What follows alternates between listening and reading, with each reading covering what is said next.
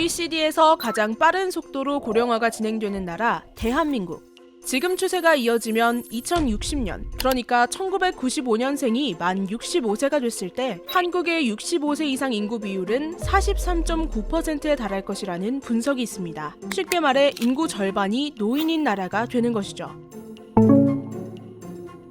물론 이건 최악의 시나리오입니다. 그전까지 저출산 고령화 문제를 해결해 이런 미래는 막아야 합니다. 하지만 한국이 이미 초고령 사회로 진입하고 있다는 건 부정할 수 없는 현실입니다. 초고령 사회란 65세 이상 인구의 비중이 전체 인구의 20%를 넘어서는 사회를 말합니다. 한국은 2025년 초고령 사회에 진입하게 됩니다. 불과 2년도 남지 않았죠. 노인 인구가 많아지면 당연하게도 간병, 가사, 간호 등 돌봄에 대한 수요 역시 늘어날 겁니다. 그럼 한국 사회는 초고령 사회 진입을 앞두고 돌봄에 대한 대비를 어떻게 하고 있을까요? 답을 내리기 전에 먼저 사회 서비스라는 개념을 알아야 합니다. 사회 서비스란 인간다운 삶을 보장해주고 나아가 삶의 질을 향상시켜주기 위해 사회적으로 지원하는 제도를 말합니다. 앞서 언급한 간병 간호와 같은 보건의료 영역뿐 아니라 교육, 고용, 복지, 주거, 문화, 환경 등의 영역을 모두 포괄하고 있습니다. 최근에는 인구구조, 가족구조가 변하고 소득 수준이 높아지면서 사회 서비스에 대한 수요도 다양해지고 있죠. 그런데 이렇게 다양한 수요를 충족시키기에는 여러 한계가 있을 수밖에 없습니다. 아직까지는 복지 대상자가 한정적이라 대다수 국민이 보편적으로 사회 서비스를 누릴 수 있는 여건이 마련되어 있지 않은 것이 현실이죠. 또 영세한 민간기관 중심으로 사회 서비스가 제공되다 보니 서비스 품질 또한 천차만별일 수밖에 없습니다. 이런 문제를 해결하고 사회 서비스를 고도화하기 위해 설립된 기관이 바로 중앙사회서비스원입니다. 사회 서비스 진흥을 통해서 국민의 삶의 질 향상을 견인한다는 미션을 가지고 사회 서비스 품질 제고, 시도 사회 서비스 운영 지원, 그리고 사회 서비스 혁신 끌어가는 중추 기관입니다. 한마디로 온 국민의 삶을 힐하는 서비스다.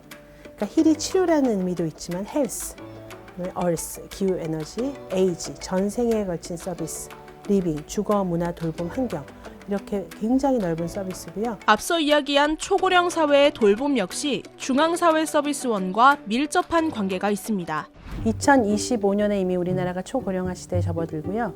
2045년에는 950만 가구, 그러니까 우리나라 절반의 가구가 1인 가구가 됩니다. 이 돌봄이나 사회 서비스가 지역에서 잘 흐르지 않으면 정말 많은 사람들이 고독하고 외롭게 삶을 마감하는 그런 시대가 됩니다. 그래서 지금 돌봄 인력도 더 필요하다고 보고요. 늘어나는 사회 서비스 수요에 대응하기 위해서는 지속적인 지원과 제도적 뒷받침이 필수입니다.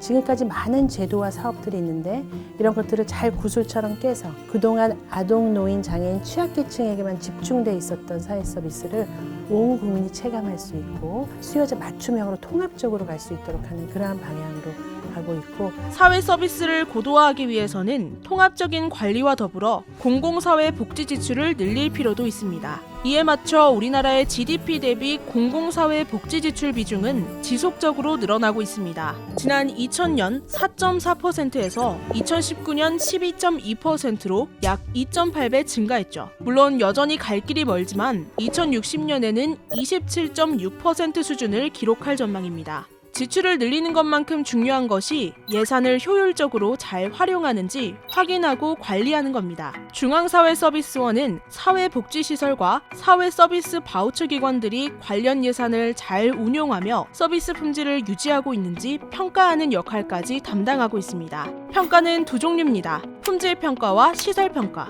품질평가는 지역사회서비스 투자사업 등 사회서비스 전자바우처 사업 5종을 대상으로 하는 평가인데 단순히 평가를 하는 것에서 그치지 않습니다. 우수기관에는 인센티브 및 포상을 수여하고 평가 결과가 미흡한 기관의 경우 컨설팅, 교육 등을 실시해 서비스 품질이 향상될 수 있도록 돕고 있죠. 또 평가 결과를 사회서비스 전자바우처 포털 및 복지로 등에 공개해 국민들이 서비스 이용자로서 평가 결과를 참고할 수도 있습니다. 시설평가는 사회복지관, 장애인 직업재활시설, 아동생활시설과 같은 14개 유형의 사회복지시설을 평가하는 것입니다. 평가를 받는 사회복지시설만 4,500여 개소에 달합니다. 시설평가도 품질평가와 마찬가지로 평가 결과가 미흡한 기관에 대해서는 사후 관리가 철저하게 이루어지고 있습니다. 전문가와 함께 직접 방문해 맞춤형 컨설팅, 역량 강화 교육 등을 실시하고 있으며 이를 통해 등급이 상향된 기관도 있습니다. 강원특별자치도 화천군에 위치한 한 장애인 보호작업장은 2019년도 평가에서 C등급을 받았습니다. 이후 이 작업장은 역량 강화 컨설팅을 받아 2022년도에는 A등급을 받게 됐다고 합니다.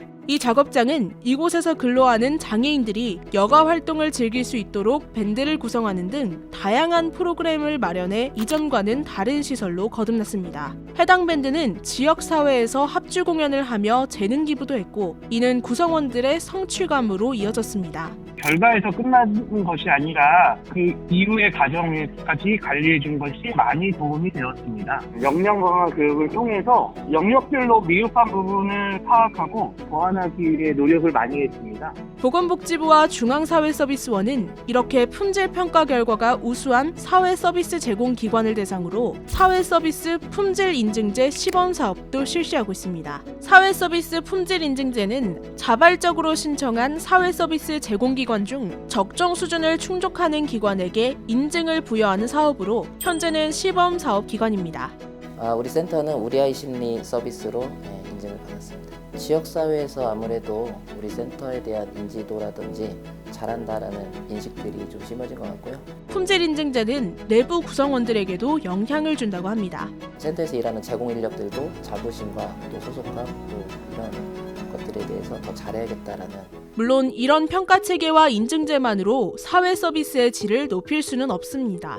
사회 서비스 종사자들에 대한 처우 개선이나 전문 교육도 못지않게 중요합니다.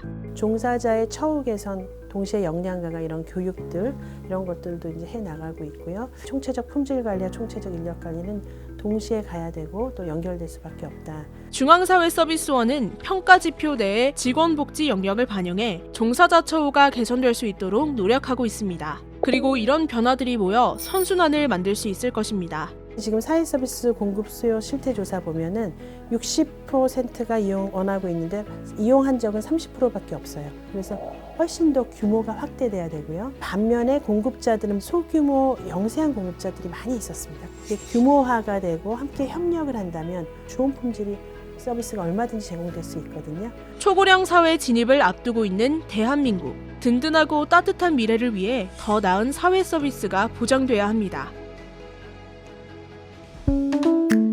이번 영상을 만든 PD가 추천하는 영상도 보고 가세요. 스브스 뉴스의 다른 영상을 즐기시려면 구독 버튼을 꼭 눌러주세요.